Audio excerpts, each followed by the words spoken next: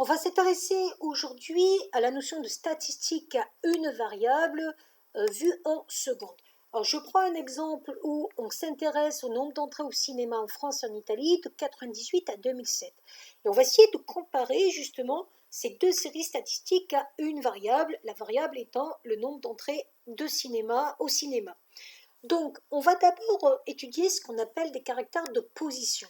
Alors, les caractères de position, ce sont la moyenne, la médiane, le premier quartile, le troisième quartile, et grâce à ça, on peut faire l'écart interquartile, c'est-à-dire l'écart entre le quartile 1 et le quartile 3, la valeur minimum, la valeur maximum.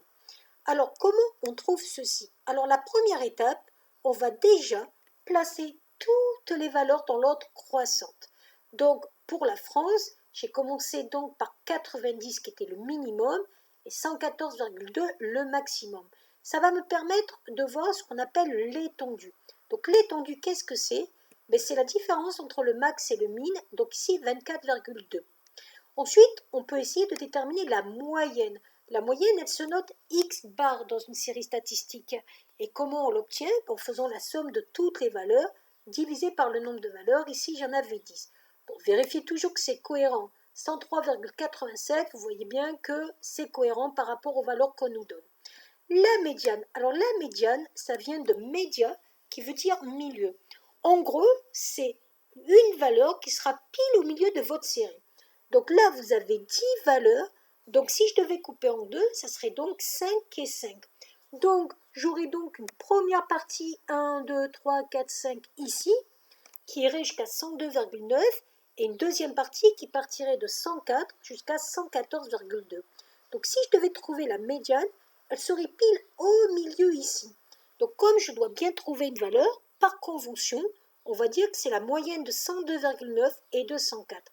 Donc je mets 102,9 plus 104 divisé par 2, j'arrive à 103,45.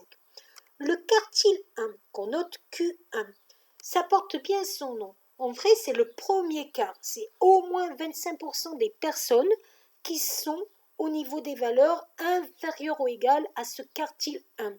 Donc comme j'ai 10 valeurs, je vais faire un quart fois 10, ça fait 2,5. Et comme je veux au moins un quart, je vais donc prendre la troisième valeur. Donc en gros, vous prenez toujours la valeur qui est pile au-dessus. Et si je prends la troisième valeur, première, deuxième, troisième, Q1 va donc faire 100. Si je veux Q3, le quartile 3, ça correspond à 3 quarts de vos effectifs. Donc je fais 10 divisé par 4 fois 3, donc c'est au moins 75% des valeurs de la série qui seront inférieures ou égales à ce quartile 3.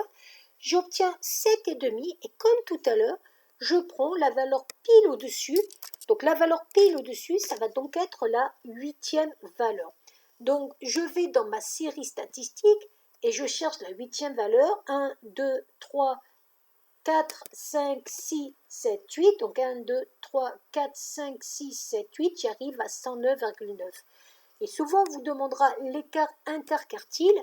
C'est l'écart entre Q3 et Q1. Donc, vous faites juste la différence entre les deux valeurs. Alors, on pourrait faire de même avec l'Italie et trouver exactement les mêmes choses. Alors, nous, on va représenter ces deux séries avec ce qu'on appelle un diagramme en boîte ou encore boîte à moustache. Alors, comment se fait ce diagramme? Il y a toujours le min ici, le max ici. Et après, on construit une boîte avec le quartile 1, la médiane et le quartile 3. Ça permet de voir que de la valeur minimum à la médiane, il y a au moins 50% des valeurs. De la valeur minimum au Q1, au moins 25%. Et donc, de l'autre côté, on aura pareil, de Q3 la plus grande valeur au plus, puisque c'est le contraire de l'autre côté. Et ça va permettre de comparer des séries. Donc, je repars avec la France. La France, on avait vu que le min, c'était 90 et le max, 114,2. Au-dessus, vous avez trois diagrammes en boîte représentés. Donc, le min, 90, le max, 114,2. Il semblerait que le diagramme 2 soit celui de la France. On va quand même vérifier l'histoire du quartile 1, de la médiane et du quartile 3. Et donc, si je vérifie, quartile 1, c'était bien 100. Donc, quartile 1, 100.